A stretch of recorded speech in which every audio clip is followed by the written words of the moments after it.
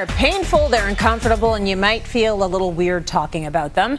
Urinary tract infections, or UTIs. Research shows that 60% of women experience UTIs, making it one of the most frequent clinical bacterial infections. And left untreated, it can lead to serious issues. So here to talk about what they are and how to prevent them is urogynecologist and OBGYN, Dr. Carolyn Best.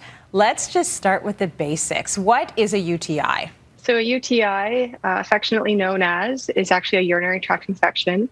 What it is the medical term is simple acute cystitis. So it's an inflammation from an infection of the bladder. It occurs more often in women, of course, and there'll be many women watching this, like you are, nodding their heads, just because so many of us have gone through it. Otherwise, completely healthy women.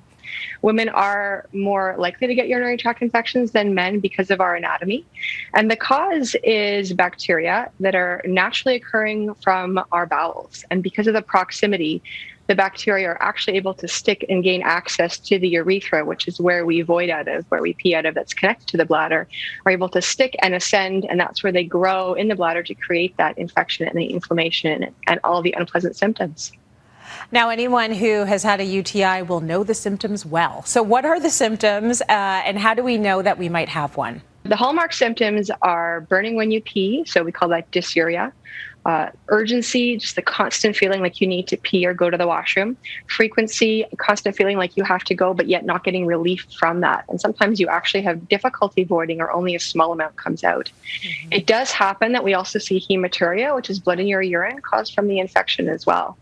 Some people associate perhaps a foul smell to the urine as being a sign of UTI, but in fact it isn't usually when that's the only symptom and it's not accompanied by the others. And there's other symptoms that can be signs of actually a more serious infection where the infection has spread beyond the bladder and it's no longer a simple case. Things like fever and low back pain or feeling really unwell, nausea or vomiting are actually signs that the infection has spread beyond the bladder and are not what we're talking about. It's not a simple UTI anymore. Ooh, okay, that sounds pretty bad. So what do? You're feeling these things, you have a UTI, how are they diagnosed? Well, if you have those symptoms, you really need to go get a urine sample done. That is the mainstay of diagnosis. There are dipsticks that are available that can help us to decide whether we have signs, and those are actually available that we can buy commercially and purchase as patients. But really a urine sample with a urinalysis and a culture, those are the two aspects of a urine sample that you can perform at any lab. The urinalysis tests for chemicals and looks for cells and bacteria in the urine to help diagnose. And then the urine culture is a really important piece because that tells us which bacteria it is. More than 90% of the time in a female case, it's going to be E. coli, which lives in our gut naturally. That's the culprit. And then the other part of the culture is it gives us the sensitivity. So it tells us which antibiotics the bacteria are susceptible to. In other words, which antibiotics are the best choice to treat the infection and actually get rid of it. Okay, and get rid of it is what we want to do. So is there anything that we can do to prevent them? One of the things I always suggest is to have what I call good bladder habits, which many of us can stray away from with our busy lives and with work. So that is voiding regularly, making sure you're not forgetting to go and avoiding going. Also taking the time to really empty your bladder when you go. Naturally, when you pee, when the urine flushes through the urethra, that's one of our natural defenses to wash the bacteria away. So if we're not doing that regularly, that can be a problem and allow infection to occur. Taking the time to empty our bladder, because if we leave urine behind, it's also an excellent medium for the bacteria to grow. I suggest, of course, drinking enough water. There actually isn't science about drinking 8 glasses of water or a fixed volume per day. But in some studies, if people increased their volume intake of over 1.5 liters above what they were originally taking, it did reduce the frequency of the infections. For women who are after menopause, postmenopausal women who are more susceptible to UTIs, we often will use a local estrogen supplement to the vaginal mucosa or around the vagina, and that's one of the most powerful ways actually of preventing UTIs in that population. Okay, Dr. Best, what about cranberry juice? We've been hearing for ages that if you have a UTI, drink cranberry juice. Does that work? work? Well, there is some science behind it. The answer is yes and no. The thing about cranberries from the science is that there is a naturally occurring substance in cranberries called PAX, proanthocyanins.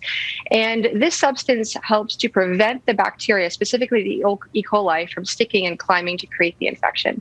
But it's actually very difficult to drink enough cranberry juice from a practical point of view to make that work. And the studies were not convincing, probably because of the fact that the concentrations are different of those natural compounds that are the active compounds.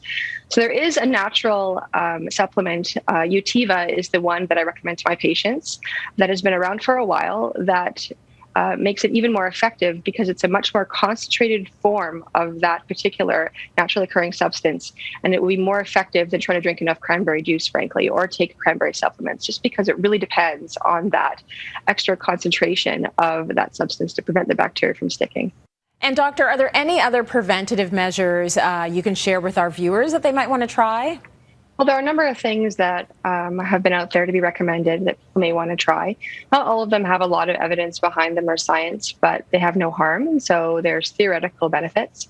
One of them is probiotics. We consider oral or vaginal probiotics just to help with the bacterial balance and prevent the colonization of the pathogenic E. coli. People also are talking about avoiding after intercourse, which there may be some theoretical benefit, again, just from that natural flushing to prevent the bacteria from sticking around. And also the same goes for, frankly, wiping from front to back if you have a bowel movement, just to keep the bacterial direction away from the urethra. Thank you for that information. Really good and what our viewers need to hear. Dr. Best, thanks.